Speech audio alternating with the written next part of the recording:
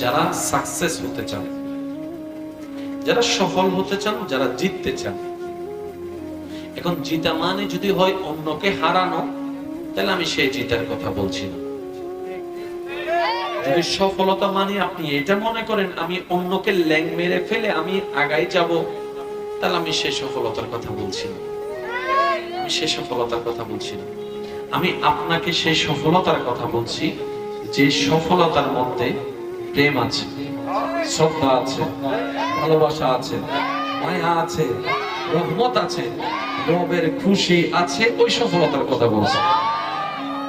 আমাদের চোখে সফলতা হচ্ছে রোল নাম্বার 1 হওয়া মানে আরেকজনকে 1 থেকে সরিয়ে আমি 1 হওয়া। সুবহানাল্লাহ, সুবহানাল্লাহ। রবের দৃষ্টিটা, রবের রহমতের সেক্টরটাই ভিন্ন। সুবহানাল্লাহ কি বলা যাবে? বলেন, সফলতা কে কে চান? হাত তুলেন। মন থেকে চাচ্ছেন? মন থেকে চাচ্ছেন? এবার হাতটা নামান। সফলকে ব্যর্থকে এক কথাই বুঝি, টার্গেট যে পূরণ করতে পারে সে সফল, টার্গেট যে পূরণ করতে পারে না সে ফেল। ঠিক আছে? এবার আমাদের টার্গেটটা কি? ও শুনুন, আল্লাহ সব সৃষ্টিকে বানালেন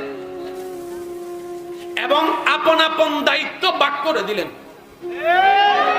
সূর্যের কাজে বাতাস নাক গলায় না, বাতাসের কাজে মাটি কখনো নাক গলায় না। সবাই রবের দেওয়া আপন আপন ডিউটি করতেই আছে, করতেই আছে, করতেই আছে। যেহেতু আমাদেরকে রব বানিয়েছেন, আমাদেরও তো নিশ্চয়ই একটা ডিউটি আছে। এবার এই ডিউটির কথা যদি জিজ্ঞেস করি, 99.99% আমার ঈমানি ভাইয়েরা যে কথাটা আমার সামনে প্রেজেন্ট করবেন সেটা হচ্ছে ওয়ামা খালাকতুল জিন্না ওয়াল ইনসা ইল্লা লিয়াবুদুন। রব আমাদেরকে ইবাদতের জন্য বানিয়েছেন। সুবহানাল্লাহ। এই কথা কোরআনে আছে না নাই?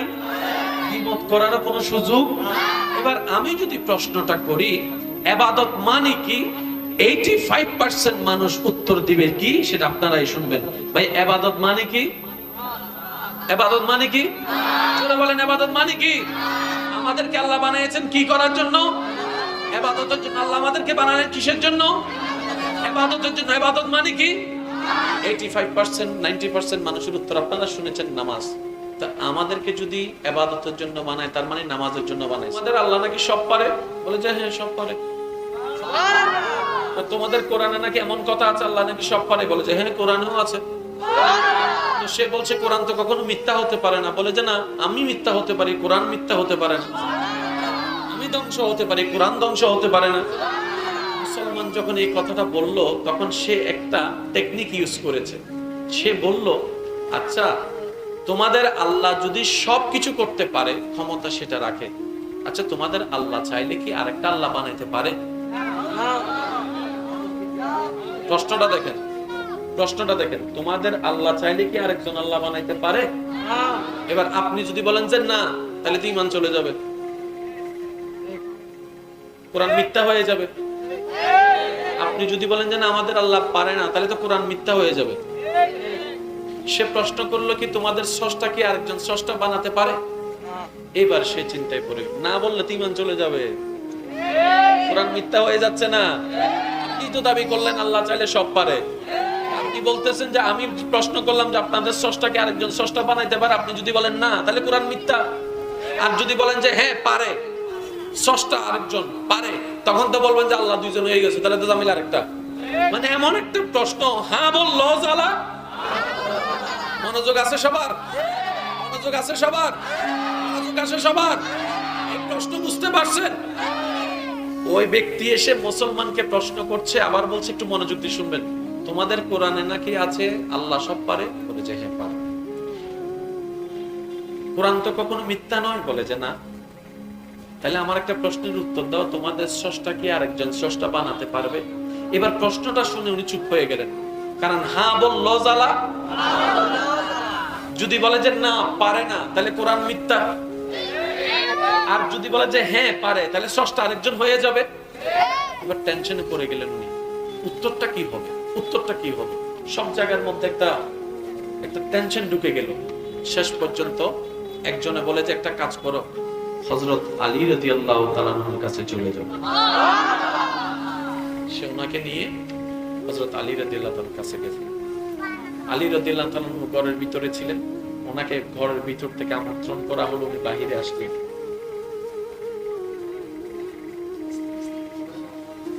ঘরের ভিতর থেকে বাহিরে আসলেন, আমাকে ডাকলেন কেন, কি বিষয়?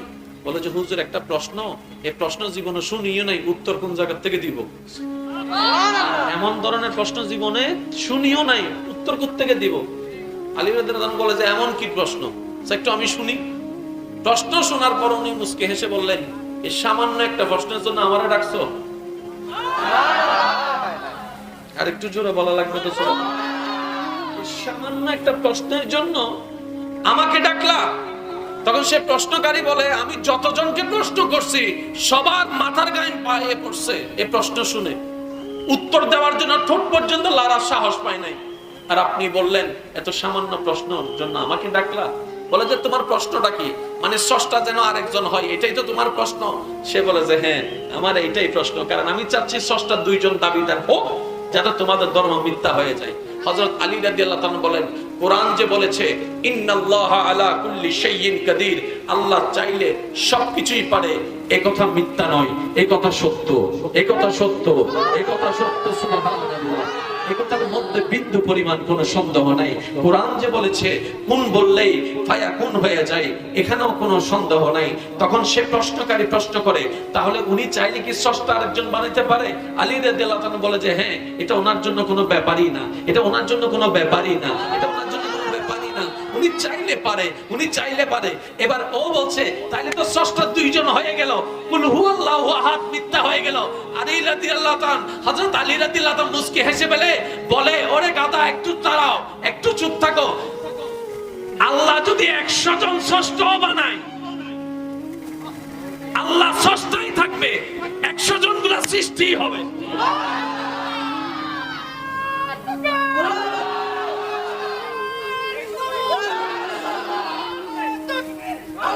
উচ্চাওয়াজ একবার বলেন সুবহানাল্লাহ। অনেকের মাথার উপর দিয়ে গেছে ওনার কথাটা। আল্লাহ যদি 100 জন আল্লাহ বানায়, সবগুলা এক আল্লাহর সৃষ্টি হবে, স্রষ্টা তখনও একজন থাকবে, দুইজন হবার কোনো সুযোগ নাই। লা ইলাহা ইল্লাল্লাহ, লা ইলাহা ইল্লাল্লাহ, লা ইলাহা ইল্লাল্লাহ।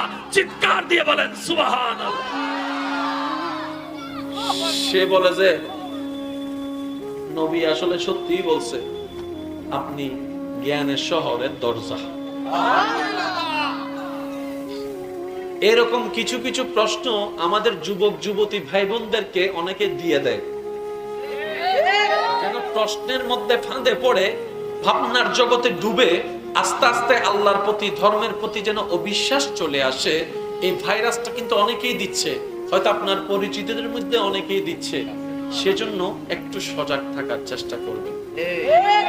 একটা কথা মনে রাখবেন, পৃথিবীর বুকে এমন কোন লজিক্যাল প্রশ্ন নাই যেটার উত্তর ইসলামে নাই। প্রত্যেকটা লজিক্যাল প্রশ্নের উত্তর ইসলামে আছে, আছে। সুবহানাল্লাহ। আমরা পাই না, ব্যর্থতা আমাদের। আমরা খুঁজি না, ব্যর্থতা আমাদের। ব্যর্থতা আমাদের হবে, ইসলামের নয়। ব্যর্থতা আমাদের হবে, আল্লাহ, রসুল, কোরআন, হাদিসের নয়। কথা বলেন ঠিক কি না? উত্তর দিতে অপারক হলে আমি হব যে, বুঝবেন জিনিসটা। আমি ফেল হওয়া মানে ইসলাম ফেল হওয়া নয়। আমি না জানা মানে কোরআনে নাই নয়। আমি না জানা আলাদা, কোরআনে আছে সেটা আলাদা। কথা বলেন ঠিক কি না? কষ্ট হচ্ছে আপনাদের? কষ্ট হচ্ছে? একটু বসে যান, একটু আপনারা বসতে পারবেন? কষ্ট হচ্ছে আপনারা দাঁড়ায় থাকতে, কষ্ট হচ্ছে আপনাদের। এই ঘটনাটা মনে থাকবে। ও এসে কান পড়া দিতে চাইছে কি স্রষ্টা যেন আরেকটা আমরা স্বীকার করি। হযরত আলী কি বললেন? স্রষ্টা 100 জন হোক, কিন্তু স্রষ্টা একজনেই থাকবে,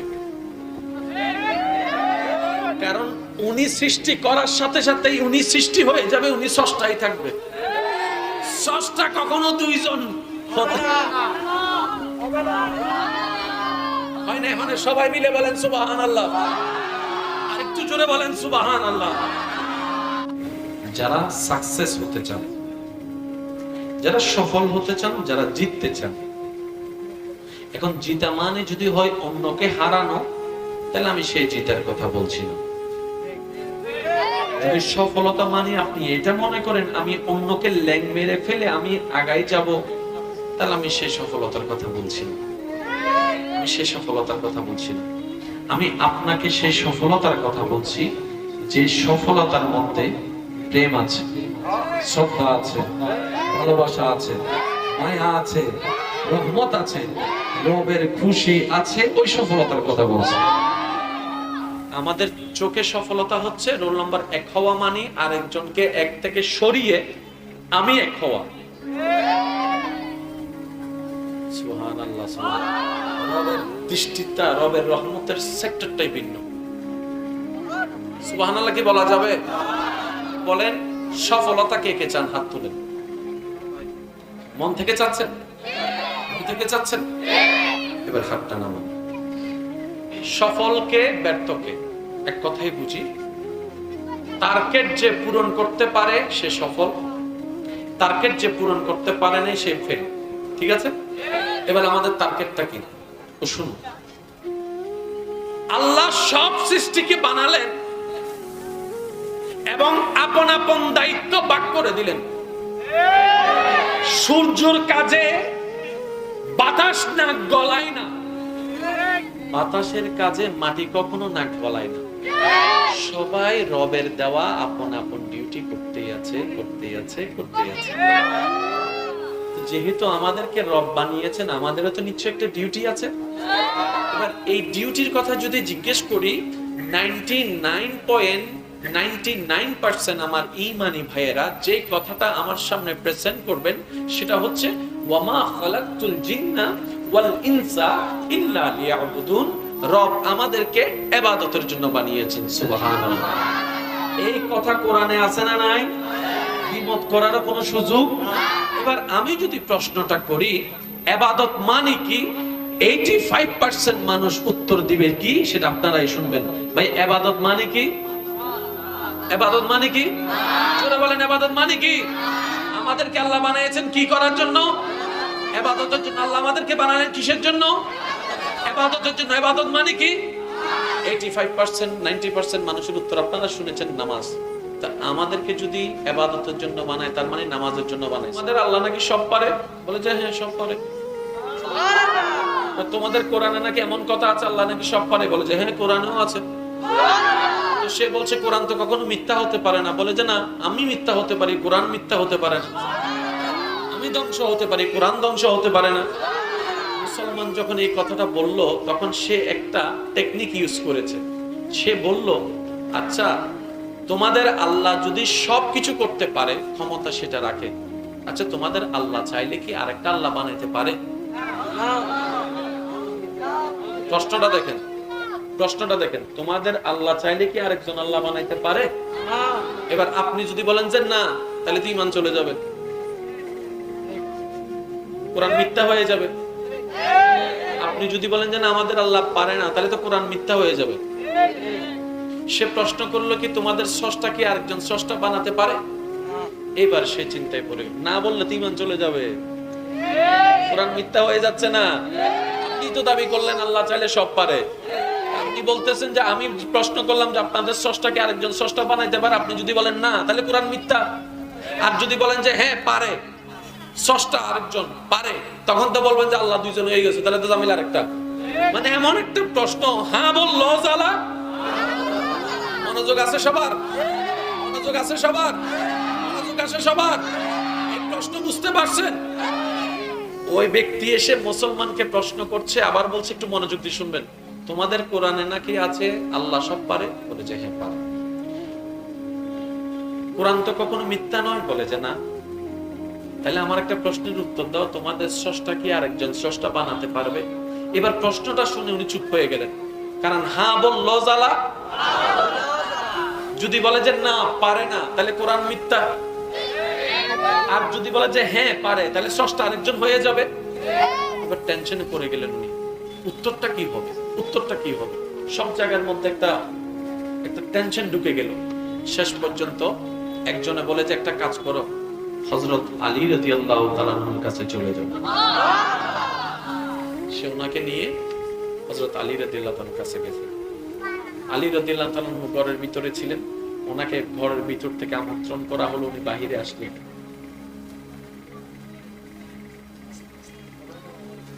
ঘরের ভিতর থেকে বাহিরে আসলেন, আমাকে ডাকলেন কেন, কি বিষয়? বলে যে হুজুর একটা প্রশ্ন, এই প্রশ্ন জীবনে শুনিও নাই, উত্তর কোন জায়গা থেকে দিব?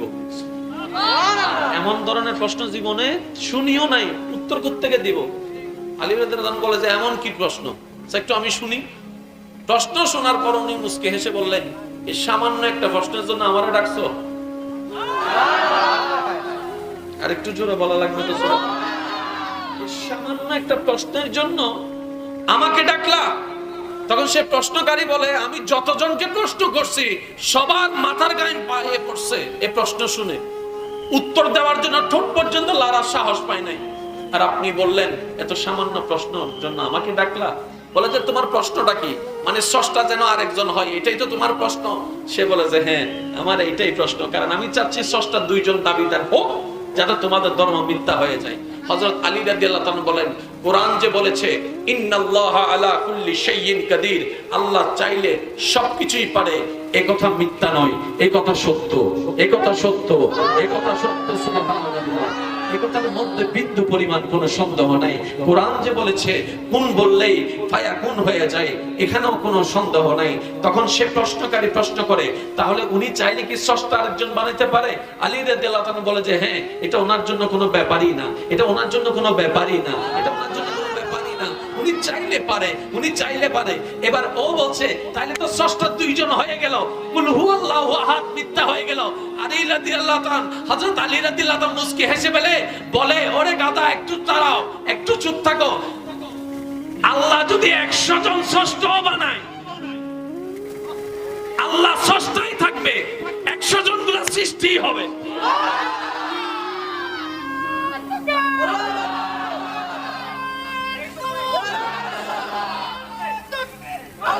উচ্চ আওয়াজে একবার বলেন সুবহানাল্লাহ। অনেকের মাথার উপর দিয়ে গেছে মনে হয় কথাটা। আল্লাহ যদি 100 জন আল্লাহ বানায়, সবগুলা এক আল্লাহর সৃষ্টি হবে, স্রষ্টা তখনও একজন থাকবে, দুইজন হবার কোনো সুযোগ নাই। লা ইলাহা ইল্লাল্লাহ, লা ইলাহা ইল্লাল্লাহ, লা ইলাহা ইল্লাল্লাহ। চিৎকার দিয়ে বলেন সুবহানাল্লাহ। সে বলে যে নবী আসলে সত্যিই বলছে, আপনি জ্ঞানের শহরের দরজা।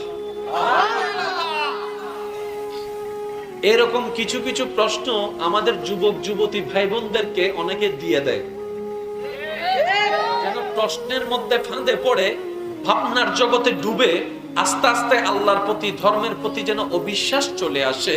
এই ভাইরাসটা কিন্তু অনেকেই দিচ্ছে, হয়তো আপনার পরিচিতদের মধ্যে অনেকেই দিচ্ছে। সেজন্য একটু সজাগ থাকার চেষ্টা করবেন।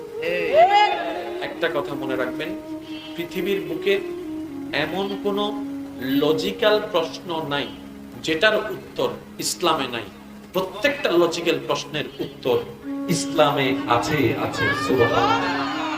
আমরা পাই না, ব্যর্থতা আমাদের। আমরা খুঁজি না, ব্যর্থতা আমাদের। ব্যর্থতা আমাদের হবে, ইসলামের নয়।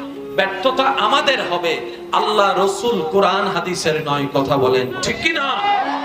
উত্তর দিতে অপারক হলে আমি হব যে, বুঝবেন জিনিসটা। আমি ফেল হওয়া মানে ইসলাম ফেল হওয়া নয়। আমি না জানা মানে কোরআনে নাই নয়।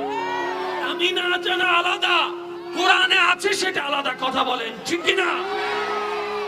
কষ্ট হচ্ছে আপনাদের? কষ্ট হচ্ছে?